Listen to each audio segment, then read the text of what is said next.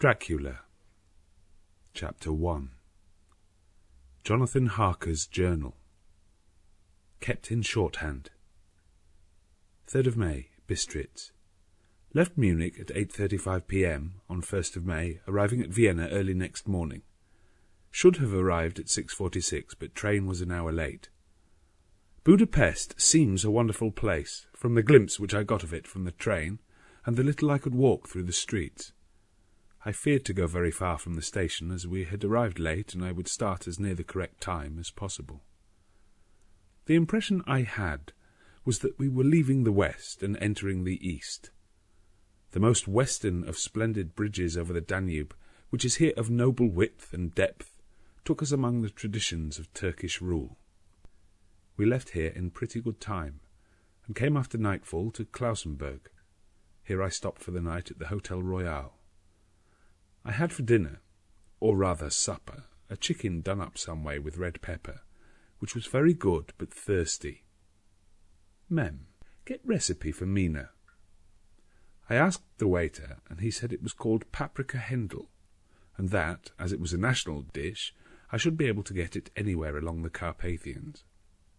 I found my smattering of German very useful here. Indeed, I don't know how I should be able to get on without it. Having had some time at my disposal when in London, I had visited the British Museum and made search among the books and maps in the library regarding Transylvania. It had struck me that some foreknowledge of the country could hardly fail to have some importance in dealing with a nobleman of that country.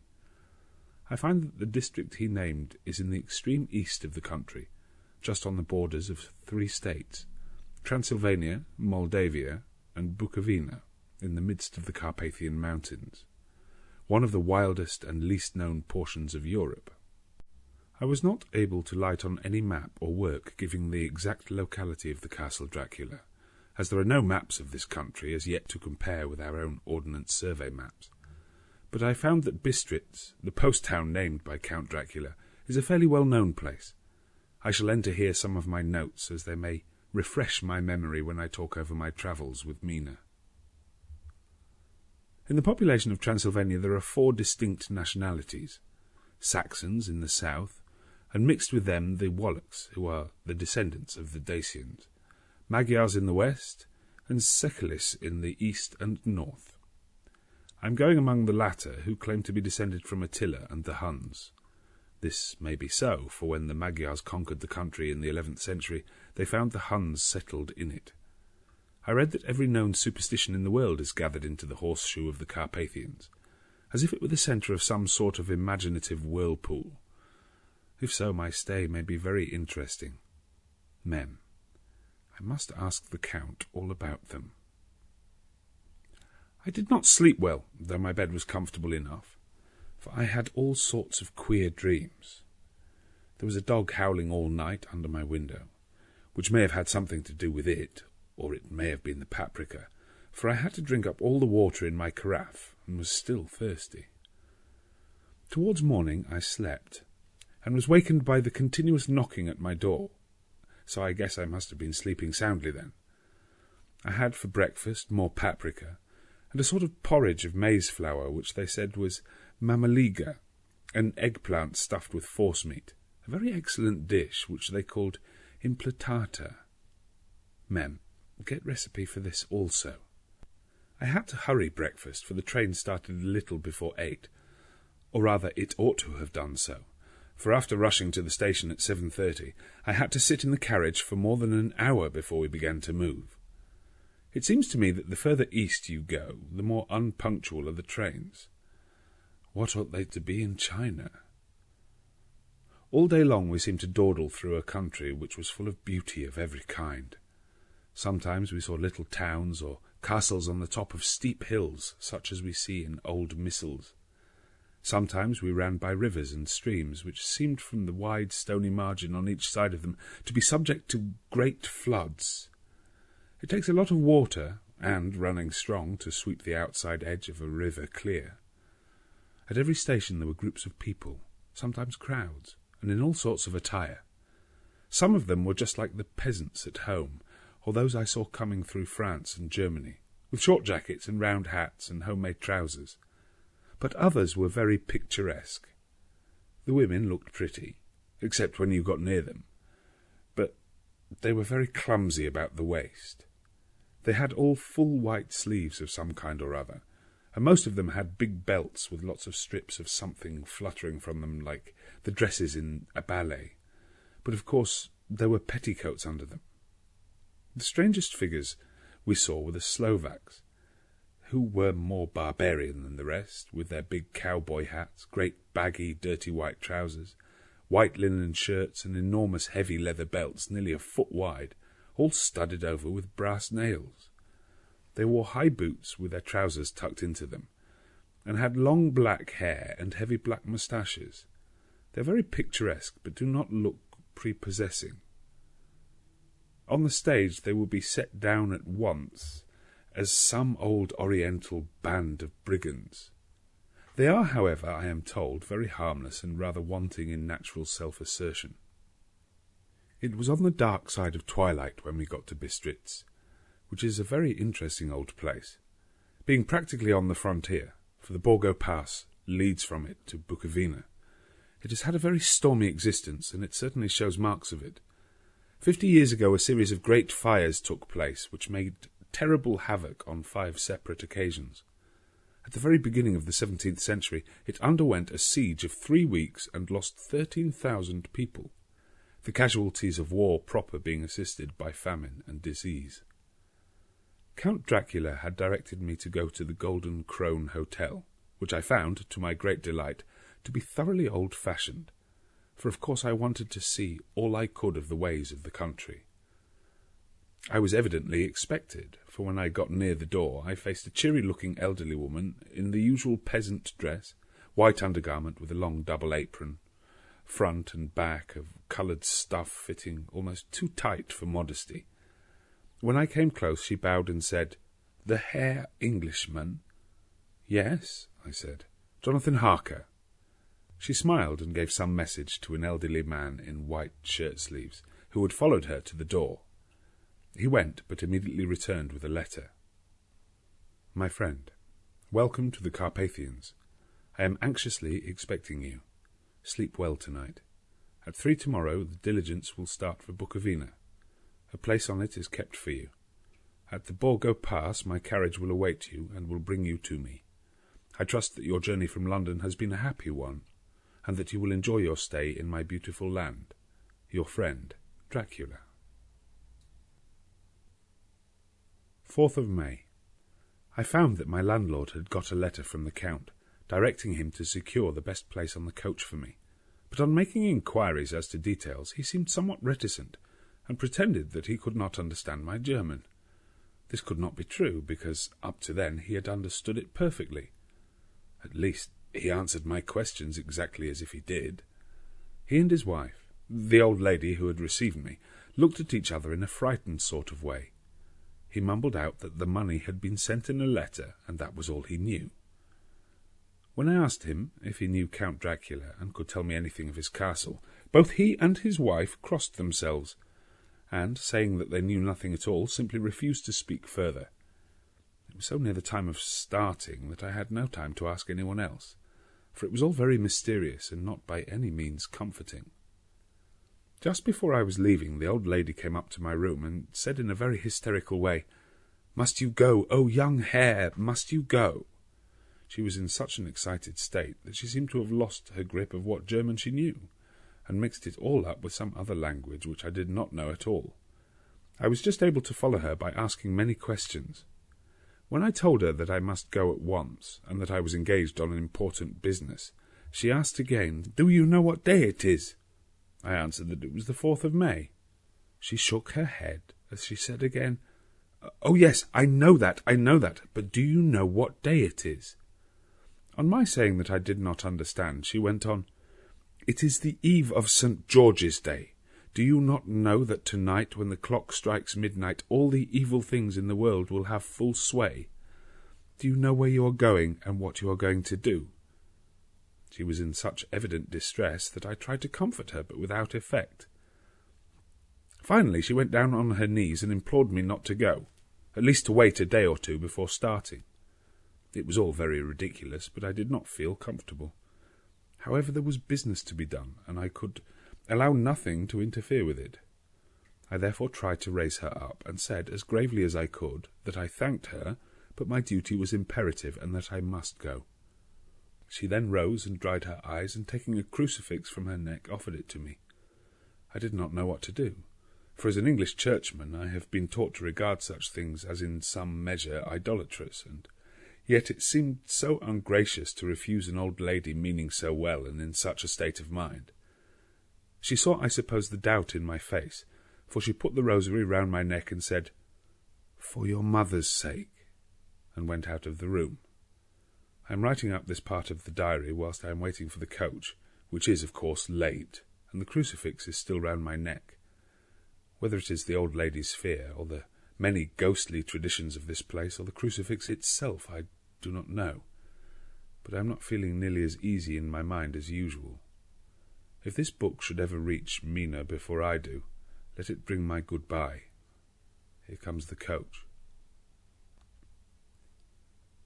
5th of May, the castle. The grey of the morning has passed, and the sun is high over the distant horizon, which seems jagged, whether with trees or hills I know not, for it is so far off that big things and little are mixed. I am not sleepy, and, as I am not to be called till I awake, naturally I write till sleep comes. There are many odd things to put down, and lest who reads them may fancy that I dined too well before I left Bistritz, let me put down my dinner exactly.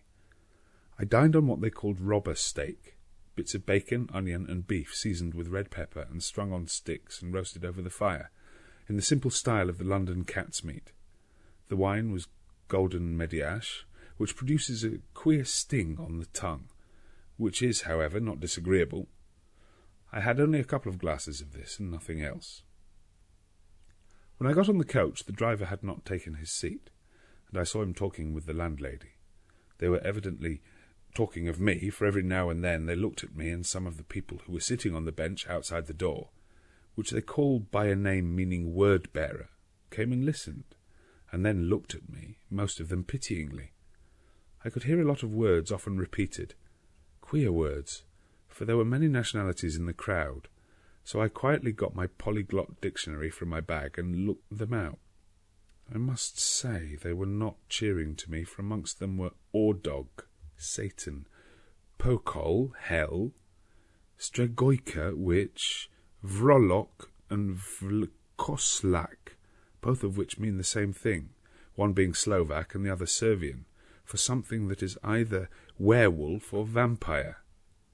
Mem, I must ask the Count about these superstitions. When we started, the crowd round the inn door, which had by this time swelled to a considerable size, all made the sign of the cross and pointed 2 fingers towards me. With some difficulty I got a fellow passenger to tell me what they meant. He would not answer at first, but on learning that I was English, he explained that it was a charm or guard against the evil eye. This was not very pleasant for me, just starting for an unknown place to meet an unknown man, but everyone seemed so kind-hearted and so sorrowful, and so sympathetic that I could not but be touched. I shall never forget the last glimpse which I had of the inn-yard and its crowd of picturesque figures, all crossing themselves as they stood round the wide archway, with its background of rich foliage of oleander and orange trees in green tubs clustered in the centre of the yard. Then our driver, whose wide linen drawers covered the whole front of the box seat, Gotze, they called them, cracked his big whip over his 4 small horses, which ran abreast, and we set off on our journey. I soon lost sight and recollection of ghostly fears in the beauty of the scene as we drove along, although had I known the language, or rather languages, which my fellow passengers were speaking, I might not have been able to throw them off so easily. Before us lay a green sloping land full of forests and woods, with here and there steep hills crowned with clumps of trees or with farmhouses, the bank gable end to the road. There was everywhere a bewildering mass of fruit blossom, apple, plum, pear, cherry, and as we drove by I could see the green grass under the trees spangled with the fallen petals. In and out amongst these green hills of what they call here the Mittelland ran the road, losing itself as it swept round the grassy curve, or was shut out by the straggling ends of pine woods, which here and there ran down the hillsides like tongues of flame. The road was rugged, but still we seemed to fly over it with a feverish haste. I could not understand then what the haste meant, but the driver was evidently bent on losing no time in reaching Borgo-Prund. I was told that this road is in summer-time excellent, but that it had not yet been put in order after the winter snows. In this respect it is different from the general run of roads in the Carpathians, for it is an old tradition that they are not to be kept in too good order. Of old the hospodars would not repair them, lest the Turks should think that they were preparing to bring in foreign troops, and so hasten the war, which was always really at loading point. Beyond the green swelling hills of the Mittelland rose mighty slopes of forest up to the lofty steeps of the Carpathians themselves. Right and left of us they towered, with the afternoon sun falling full upon them and bringing out all the glorious colours of this beautiful range, deep blue and purple in the shadows of the peaks, green and brown where grass and rock mingled, and an endless perspective of jagged rock and pointed crags, till these were themselves lost in the distance, where the snowy peaks rose grandly. Here and there seemed mighty rifts in the mountains, through which, as the sun began to sink, we saw now and again the white gleam of falling water. One of my companions touched my arm as we swept round the base of a hill, and opened up the lofty, snow-covered peak of a mountain, which seemed, as we wound on our serpentine way, to be right before us. "Look, Isten Zek," God's seat, and he crossed himself reverently. As we wound on our endless way and the sun sank lower and lower behind us, the shadows of the evening began to creep round us. This was emphasized by the fact that the snowy mountain tops still held the sunset and seemed to glow out with a delicate cool pink. Here and there we passed the Czechs and the Slovaks, all in picturesque attire, but I noticed that goiter was painfully prevalent. By the roadside were many crosses, and as we swept by, my companions all crossed themselves. Here and there was a peasant man or woman kneeling before a shrine, who did not even turn round as we approached, but seemed in the self-surrender of devotion to have neither eyes nor ears for the outer world. There were many things new to me, for instance, hay-ricks in the trees, and here and there very beautiful masses of weeping birch, their white stems shining like silver through the delicate green of the leaves. Now and again we passed a later wagon, the ordinary peasant's cart, with its long, snake-like vertebra calculated to suit the inequalities of the road. On this were sure to be seated quite a group of home-coming peasants, the Czechs with their white and the Slovaks with their coloured sheepskins, the latter carrying lance-fashion their long staves with axe at end. As the evening fell, it began to get very cold, and the growing twilight seemed to merge into one dark mistiness, the gloom of the trees, oak, beech, and pine, though in the valleys which ran deep between the spurs of the hills, as we ascended through the pass, the dark firs stood out here and there against a background of late-lying snow. Sometimes, as the road was cut through the pine woods that seemed in the darkness to be closing down upon us, great masses of greyness, which here and there bestrewed the trees, produced a peculiarly weird and solemn effect which carried on the thoughts and grim fancies engendered earlier in the evening, when the falling sunset threw into strange relief the ghost-like clouds which amongst the Carpathians seemed to wind ceaselessly through the valleys. Sometimes the hills were so steep that, despite our driver's haste, the horses could only go slowly. I wished to get down and walk up them, as we do at home, but the driver would not hear of it. "No, no," he said, "you must not walk here. The dogs are too fierce." And then he added, with what he evidently meant for grim pleasantry, for he looked round to catch the approving smile of the rest, "and you may have enough of such matters before you go to sleep." The only stop he would make was a moment's pause to light his lamps. When it grew dark, there seemed to be some excitement amongst the passengers, and they kept speaking to him one after the other, as though urging him to further speed. He lashed the horses unmercifully with his long whip, and with wild cries of encouragement earned them on to further exertions. Then, through the darkness, I could see a sort of patch of grey light ahead of us, as though there were a cleft in the hills. The excitement of the passengers grew greater. The crazy coach rocked on its great leather springs and swayed like a boat tossed on a stormy sea. I had to hold on. The road grew more level, and we appeared to fly along. Then the mountains seemed to come nearer to us on each side and to frown down upon us. We were entering on the Borgo Pass.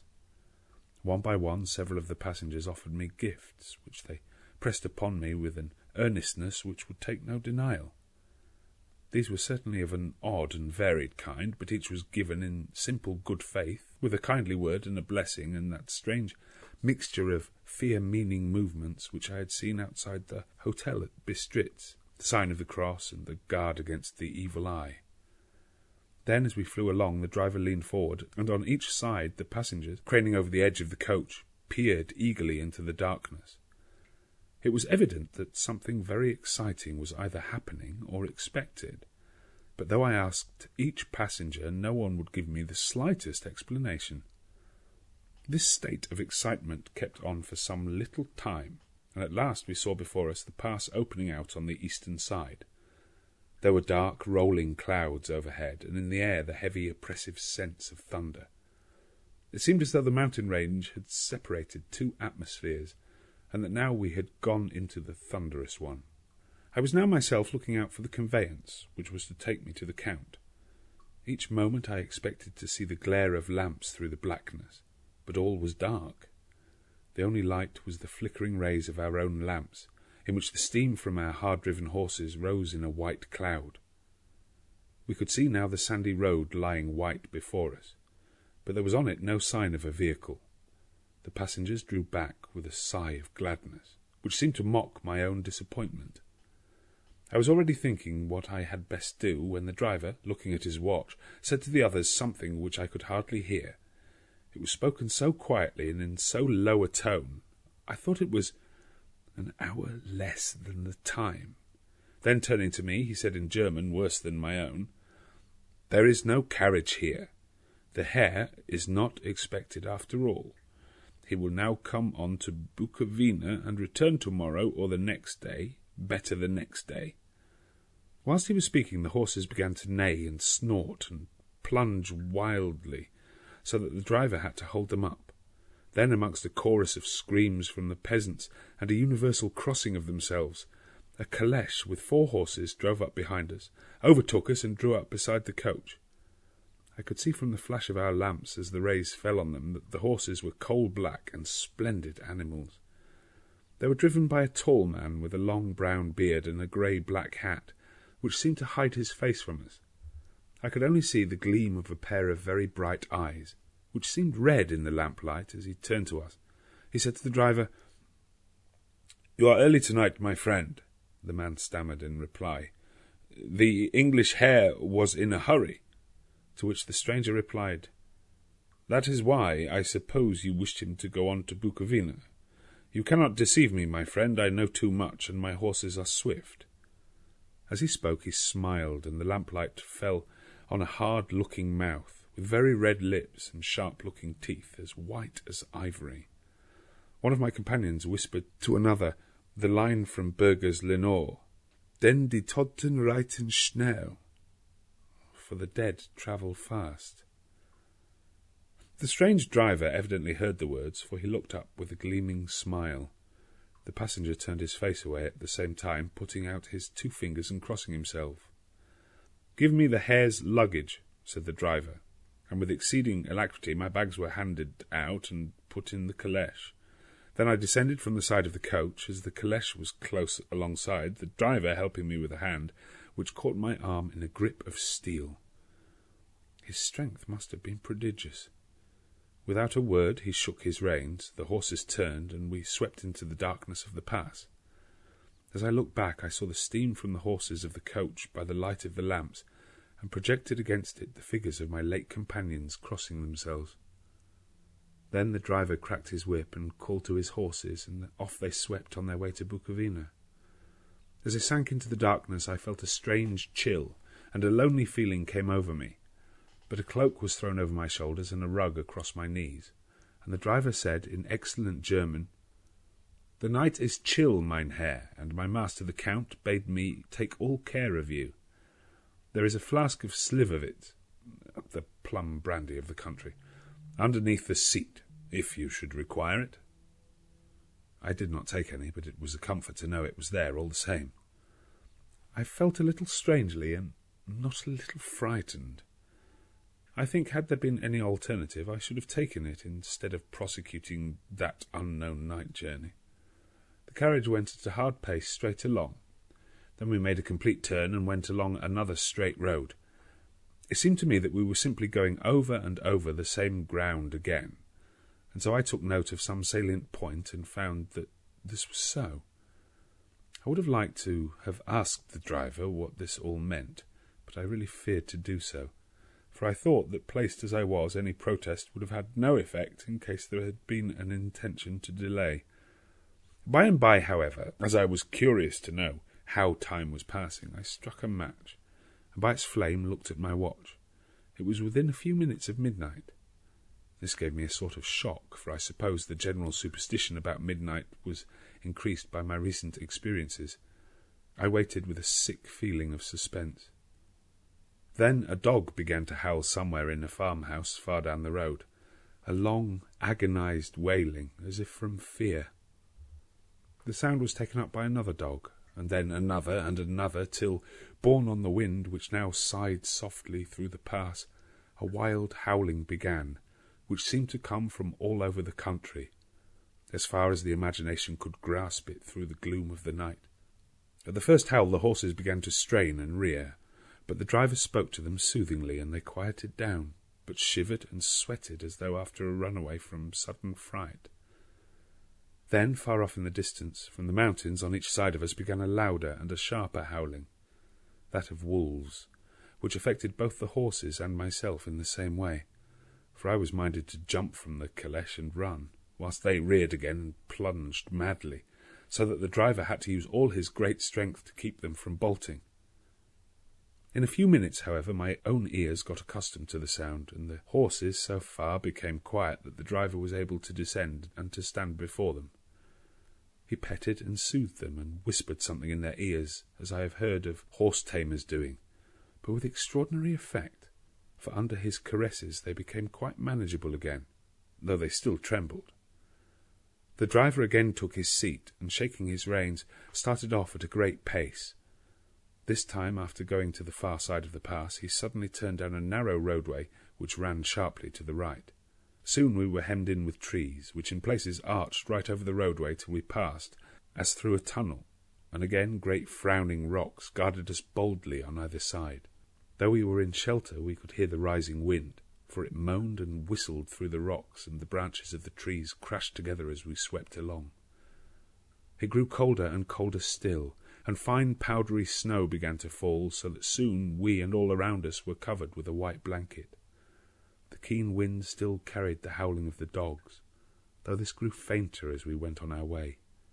The baying of the wolves sounded nearer and nearer, as though they were closing round us from every side.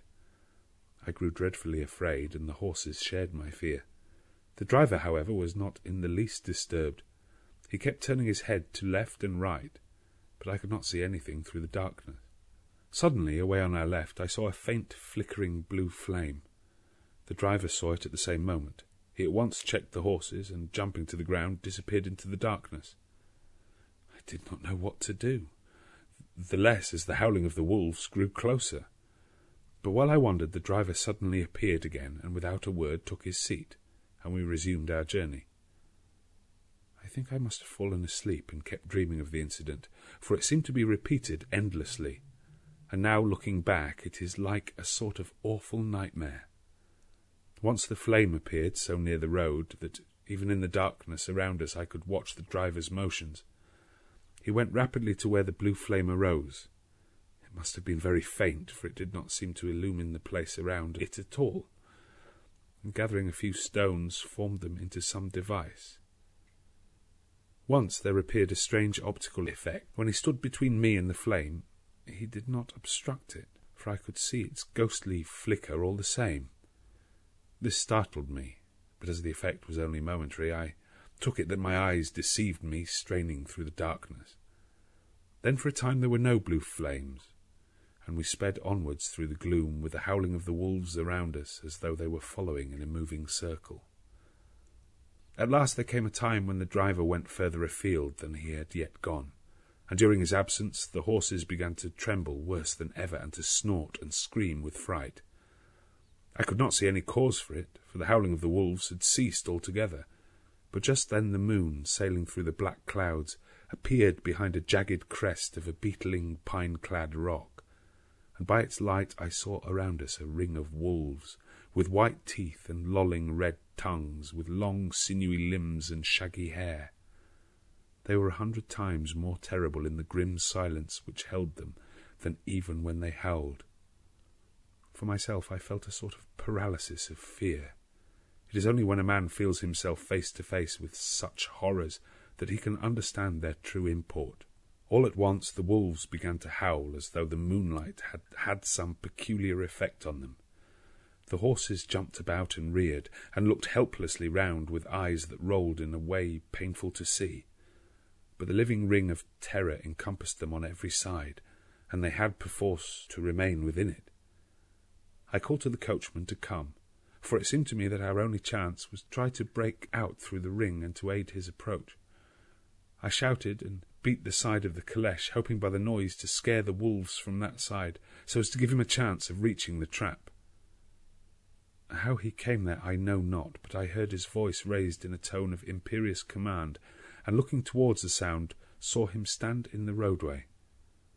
As he swept his long arms, as though brushing aside some impalpable obstacle, the wolves fell back and back further still. Just then a heavy cloud passed across the face of the moon, so that we were again in darkness.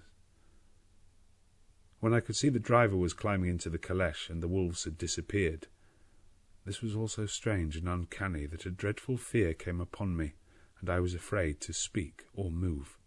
The time seemed interminable as we swept on our way, now in almost complete darkness, for the rolling clouds obscured the moon.